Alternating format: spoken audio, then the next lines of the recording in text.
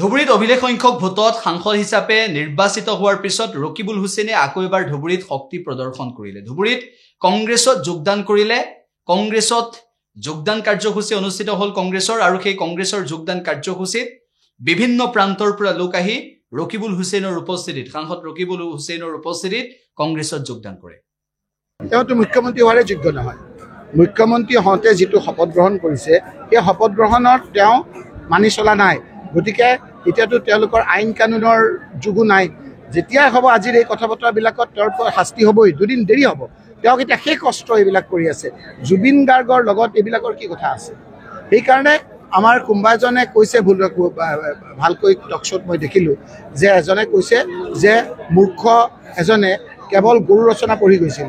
যেতিয়া গৰু ৰচনাখন নাহিলে, বানপানী আহিলে, তেতিয়া গৰু ৰচনাখনৰ বিষয়ে লিখিবলৈ কেনেকৈ লিখিব? বোলে বানপানীত আমাৰ গৰু উটাই দিয়ে, সেই গৰুৱে আমাক গাখীৰ দিয়ে, গতিকে সেই গৰুৰ বিষয়ে ৰচনাখন লিখি থৈ আহিছে। এতিয়া জুবিন গাৰ্গৰ কথা বতৰাবিলাকক ডাইভাৰ্ট কৰিবৰ কাৰণে মুখ্যমন্ত্ৰীয়ে বিভিন্ন ধৰণৰ ষড়যন্ত্ৰ কৰিছে।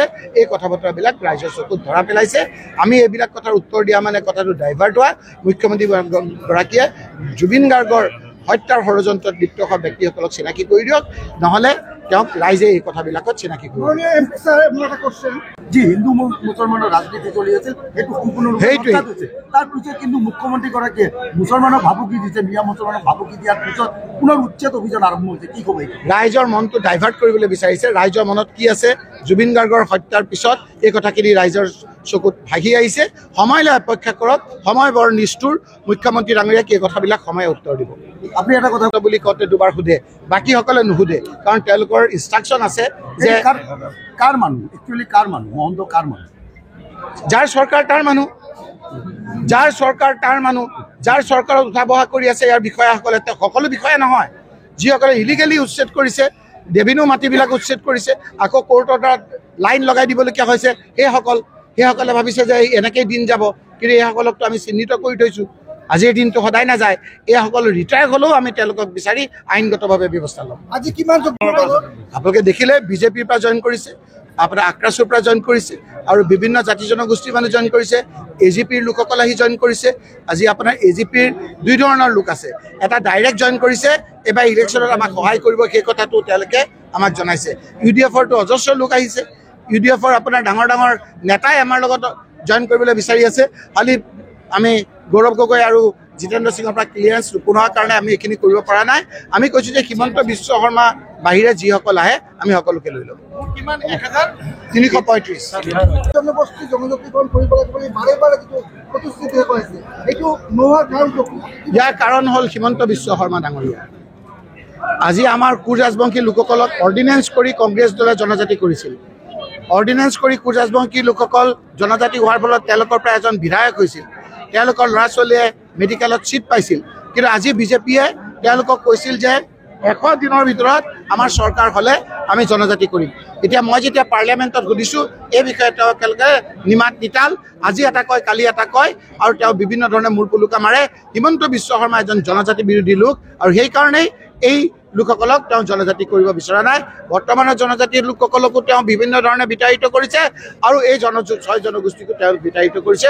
সকলো জাতি জনগোষ্ঠী, আজি বঙালী সম্প্ৰদায়ৰ হিন্দু লোকসকল যিসকলে ইমান বিজেপিক ভোট দিছিল, সেই লোকসকলৰ পৰা কেইজন মন্ত্ৰী লৈছে তেওঁৰ মন্ত্ৰীসভাত? ব্ৰহ্মপুত্ৰ ভেলীত এজনো মন্ত্ৰী নাই। এই কথা বতৰাবিলাকে আজি সকলো জাতি জনগোষ্ঠীক ক্ষুব্ধ কৰিছে। সেইকাৰণে আজি চকুত টোপনি নোহোৱা হৈছে। জুবিন গগৈ ডাঙৰীয়াৰ নিৰ্দেশক্ৰমে অল ইণ্ডিয়া কংগ্ৰেছ কমিটিৰ সাধাৰণ সম্পাদক অসমৰ দায়িত্বত থকা জিতেন্দ্ৰ সিং ডাঙৰীয়াৰ নিৰ্দেশক্ৰমে সমগ্ৰ অসমৰ বিভিন্ন জিলাত আজি মেগা কংগ্ৰেছ দলত যোগদান কাৰ্যসূচী আৰম্ভ হৈছে। তাৰে অংশ হিচাপে আজি ধুবুৰী জিলাৰ জিলা পুথিভঁৰালত ঐতিহাসিকভাৱে গোলোকগঞ্জৰ কোচ ৰাজবংশী লোকসকলৰ পৰা আৰম্ভ কৰি বিলাচীপাৰাৰ বিভিন্ন বিজেপিৰ পদ থকা লোকসকলৰ পৰা আৰম্ভ কৰি UDFৰ বিভিন্ন পদ থকা লোকসকলৰ পৰা আৰম্ভ কৰি বিভিন্ন নিৰ্বাচিত পঞ্চায়তৰ প্ৰতিনিধিসকলৰ পৰা আৰম্ভ কৰি 1000তকৈ বেছি লোক আহি আজি ইয়াত অংশগ্ৰহণ কৰিছে। আমি সকলোকে ধন্যবাদ জনাইছোঁ আৰু স্বাগতম জনাইছোঁ। আজি আপোনালোকে দেখিছে আমাৰ এই কাৰ্যসূচী চলি থকা অৱস্থাতে মাননীয় মুখ্যমন্ত্ৰী হিমন্ত বিশ্ব শৰ্মা ডাঙৰীয়াই চৰকাৰী পইচাৰে হেলিকপ্টাৰেৰে 20 লাখ টকা খৰচ কৰি আজি গোলোকগঞ্জত আপোনাৰ বিভিন্ন চৰকাৰী আঁচনি বিলাবলৈ আহিছে। ইয়াত 10 গৰাকী মানুহক বিলাইছে আৰু বাকী মানুহসকলক তেওঁ মাতি আনিছে আৰু তাৰ ফলত এই গোটেই প্ৰক্ৰিয়াটোত প্ৰায় কোটি কোটি টকা গোটেই অসমত খৰচ হৈছে। কেৱল পেণ্ডেলতেই 20 কোটি টকা খৰচা হৈছে। এই টকা যদি বিজেপি, এই টকা যদি হিমন্ত বিশ্ব শৰ্মাৰ নিজৰ হয়, আমাৰ ক'বলগীয়া একো নাছিল। কেৱল পেণ্ডেলৰ নামত ৰাইজৰ মূৰৰ কাম মাটিত পেলাই খেতিয়কৰ, সৰু সৰু দোকানীৰ, আমাৰ ডেকা ল'ৰাসকলৰ মাক বাপেকৰ যি টেক্সৰ পইচা, সেই টেক্সৰ পইচাৰে মুখ্যমন্ত্ৰী ডাঙৰীয়া উৰি আছে আৰু বিভিন্ন ঠাইত লাহ বিলাসত তেওঁ আজি মত্ত হৈ ঘূৰি ফুৰিছে। আজি গোলোকগঞ্জত আহি তেওঁ BTC চৰকাৰ সলনি হোৱাৰ পাছত ইয়াত যিখন এখন গেট আছে, লক্ষীমাৰী গেট সোণাৰহাটত, সেই গেটখন কিবা কাৰণত লেনদেনৰ কাৰণে 7-8 দিন বন্ধ হৈ আছে। মহন্ত নামৰ যিজনে চলাই, SP ডাঙৰীয়া, আমাৰ DC ডাঙৰীয়া, এই লোকসকলৰ নাকৰ তলত এই কথাবিলাক চলি আছে। এইখিনি কেইদিনমানৰ কাৰণে BTC তেওঁলোকৰ লোকেল চৰকাৰ চেঞ্জ হোৱাৰ কাৰণে কিবা সলনি হৈছিল, সেইখিনি বন্ধ হৈ আছিল আৰু সেইখিনিকে ঠিক ঠাক কৰিবৰ কাৰণে আজি মুখ্যমন্ত্ৰী ডাঙৰীয়া আহিছে। চাব কেইদিনমানৰ পিছতে আকৌ ইয়াত যিটো চিণ্ডিকেট, সেই চিণ্ডিকেট আৰম্ভ হ'ব।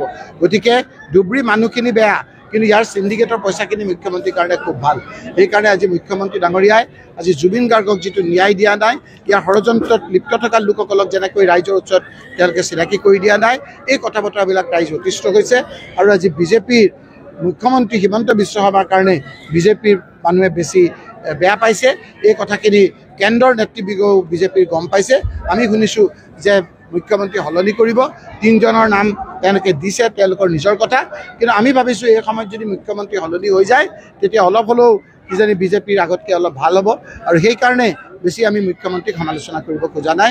আমি গৌৰৱ গগৈ ডাঙৰীয়াৰ নেতৃত্বত সমগ্ৰ অসমত আজি যিসকল মানুহে কংগ্ৰেছ দলত অংশগ্ৰহণ কৰিছে, সেইসকলক স্বাগতম জনাইছোঁ, আদৰণি জনাইছোঁ। আজি জুবিন গাৰ্গৰ প্ৰতি ইমান ভয় হৈছে, জুবিন গাৰ্গৰ ক্ষেত্ৰলৈ যোৱা মানুহসকলকো ৰেষ্ট্ৰেইন কৰিব বিচাৰিছে। কিহৰ কাৰণে বিচাৰিছে? জুবিন গাৰ্গৰ মানুহসকলে ন্যায় বিচাৰিছে। যেতিয়াই ন্যায় বিচাৰে, হিমন্ত বিশ্ব শৰ্মাৰ বুকু কবি যায়, কাৰণ ইয়াত বিভিন্ন ধৰণৰ ষড়যন্ত্ৰ নিহিত হৈ আছে।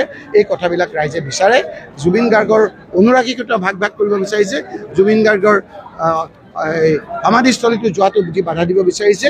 এই কথা বতৰাবিলাকত আজি সকলো ৰাইজ ক্ষুব্ধ হৈছে, সকলো জাতি জনগোষ্ঠী ক্ষুব্ধ হৈছে। সেইকাৰণেই আজি কংগ্ৰেছ দলৰ প্ৰতি মানুহে আসক্ত হৈছে আৰু মানুহে আজি অংশগ্ৰহণ কৰিছে।